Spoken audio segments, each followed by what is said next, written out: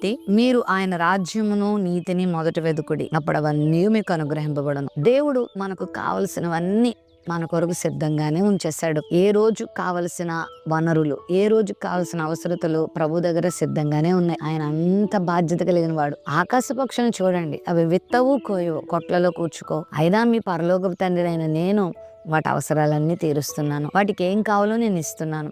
అయితే మీరు చేయాల్సింది ఒక పని ఏంటంటే, మొదట వాటిని మీరు వెతికినంత కాలం అవి మీ దగ్గరకు రావు. వాటి వెనకాల మీరు పరిగెత్తినంత కాలం అవి దూరంగా వెళ్ళిపోతాయి. కానీ మీరు నా రాజ్యాన్ని, నా నీతిని వెతుకుతూ ఉండగా మీకు కావాల్సినవన్నీ మీ వెనకాల వస్తాయి అని చాలా సూటిగా ప్రభు చెప్పాడు. కాబట్టి ఈ భూమి మీద మనం చేయాల్సిన పని ఏంటంటే, దేవుని రాజ్యాన్ని వెతకాలి, దేవుని నీతిని వెతకాలి. ఆయన చెప్పిన మంచి కార్యాలు మనం చేయాలి, సత్కార్యాలు మనం చేయాలి. పరిశుద్ధమైన జీవితాన్ని మనం జీవించినప్పుడు ఆయన వాక్యం వివరించినట్టుగా, వర్ణించినట్టుగా, నొక్కి వక్కాణించి చెప్పినట్లుగా మనము చేసినప్పుడు ఆయన మనకు కావాల్సిన అవసరాలన్నీ మనకిస్తాడు.